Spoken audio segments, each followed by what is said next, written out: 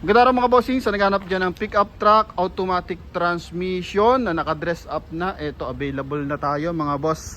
Ready to grind mga bossing. And kung naghahanap kayo ng pino, yung tunog ang makina, ito mga bossing, kasi ito po is 2.7 gasoline engine 2008 Toyota Hilux G na automatic transmission, pero naka-dress up mga boss. So sa kanyang gulong tsaka mags, 125,000 na yan. Compute pa lang natin, sinilip natin sa market mga bossing, no?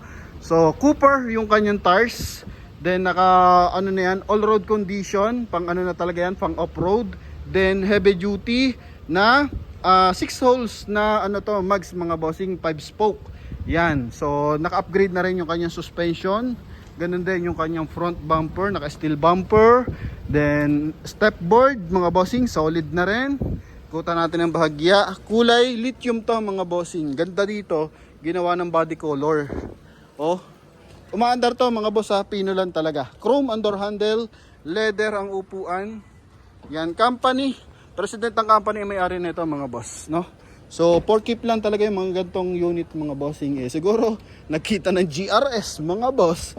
Baka yun naman yung in-upgrade ngayon mga boss. Or dahil may mga tundra na, baka nagka-tundra na mga bossing.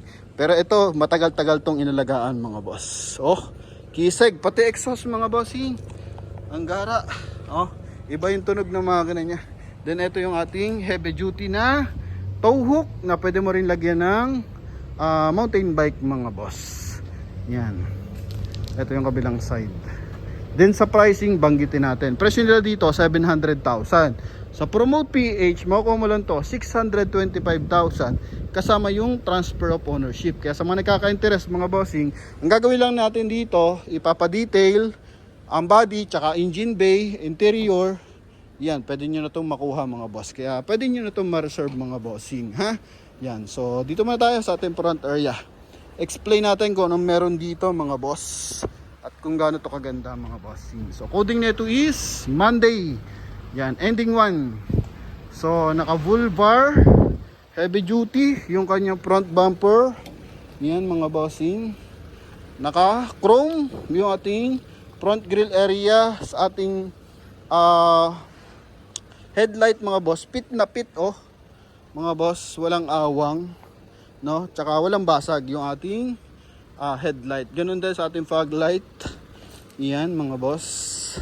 ABR 4x4 accessories yung gumawa nito, harap at likod, kasama yung ating stepboard mga bossing, no?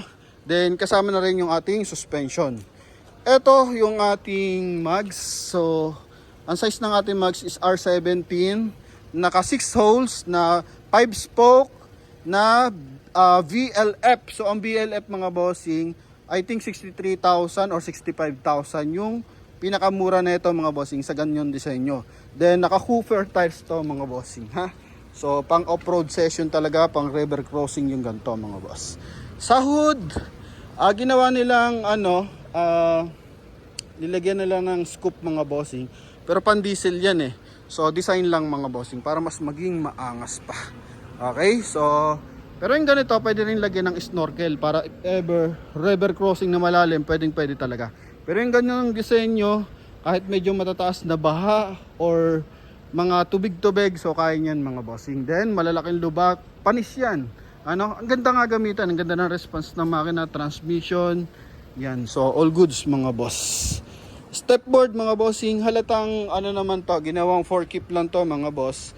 Kasi kung ito'y pinapanlaro, bingot-bingot yan mga boss. Yung kanyang stepboard.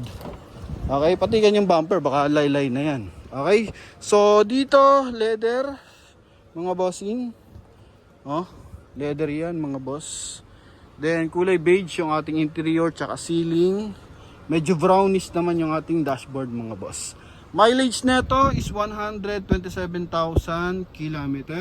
So papansin mo 2008 model pero gumagana pa yung mga side mirror mga boss. Akit lang tayo mga bossing, ha, para mapindot natin na maayos. Dito tingnan mo mga bossing, para hindi napapatungan ng kamay oh. Wala man lang mga punit mga boss. Yan.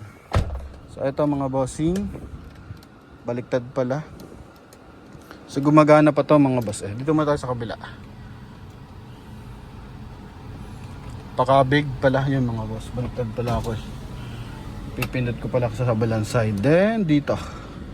Okay. Ito mga boss So ayaw mga bossing. So pa-check na lang natin kasi kanina gumagana naman eh. So basically dito sa kabilang side gumagana. Then dito. Oops, ayun gumagana pala mga boss, sorry ha. Yan, mali lang yung pindot natin. Okay, so all goods mga bossing magkabilaan. Then sa kanyang steering wheel, buo mga boss. Original pa yung kanyang steering wheel mga bossing.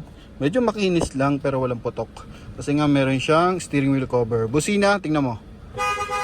Ang ganda ng busina mga boss. Dito lang, para may ano yung LCD niya pag titingnan mo sa camera. Pero dito naman, in actual, touchable pa siya. Kita niya pa yung mga ipo-points mo mga boss. No?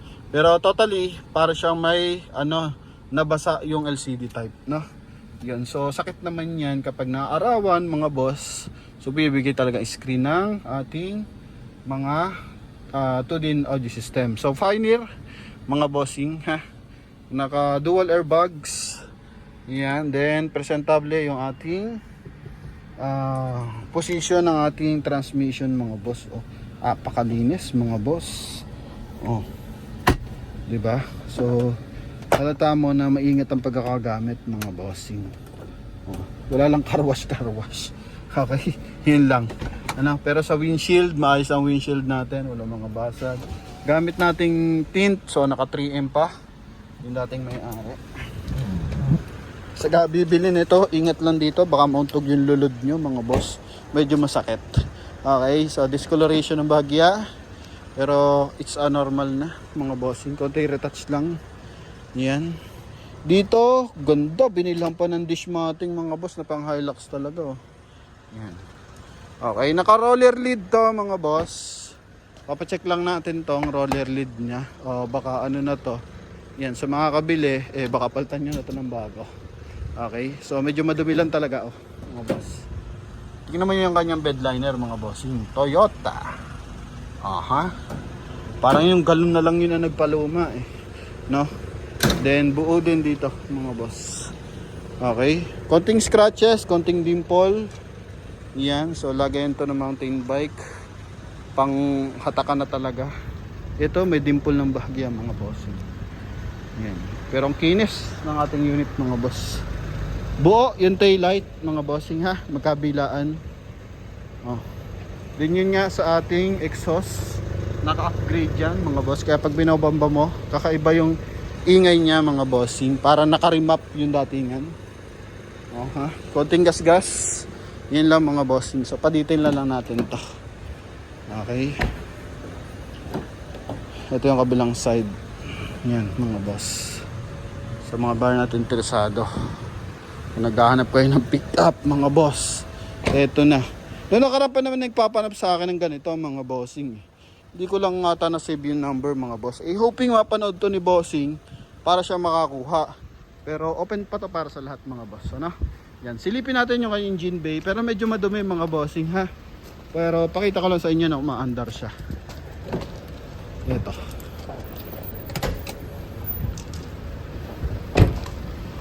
Yan. So makina na ito mga bossing is makina din ng Fortuner 2.7. Bigat ng hood mga boss. Bigat ng hood niya. Grabe. So napakadumi mga bossing ha. Pero all goods.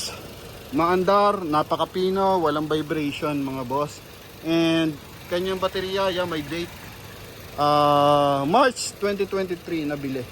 So wala naman mga punit yung panel mga boss. Yan, maayos naman lahat. Okay. So yun.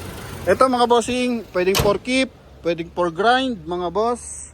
Kaya sa mga nakaka-interest na ito, hoping makuha magad to mga boss. Kasi once in a blue moon lang tayo may ganitong unit na napakakisig na Toyota Hilux sa halagang 625. Naka-Hilux ka na mga boss. Naka-set up pa ha. Yan. So tawag na mga bossing. Thank you very much. Bye-bye and God bless. So i-comment mo naman kung nakaka-interest ka dito or nangangarap ka rin ng Hilux and hoping balang araw makakuha ka rin ng Hilux mga boss, no? Thank you very much. Bye-bye. Pakita lang natin yung hazard mga boss. Okay, baka may kakaiba sa ilaw na ito. So, sulyap lang mga bossing, ha? Okay. So, habang wala pa tayong pambiling unit, mga boss. Okay, so yun nga. May ilaw sa fender, sa kanyang headlight, then dito sa baba. Aha. O, yun. Yung isa puti, yung isa dilaw, mga boss. Yan. Okay, so at least gumagana pa rin parehas. So, originally, ito naman talaga yan. Ito, additional design na lang mga bossing, no? So yun, sa mga buyer natin naghahanap ng pickup, ito mga boss, highly recommended, Toyota Hilux 2008. Yan, luma pero napakatibay mga boss. Okay, atras tayo. Ganda manakbo mga bossing, oh. Oh.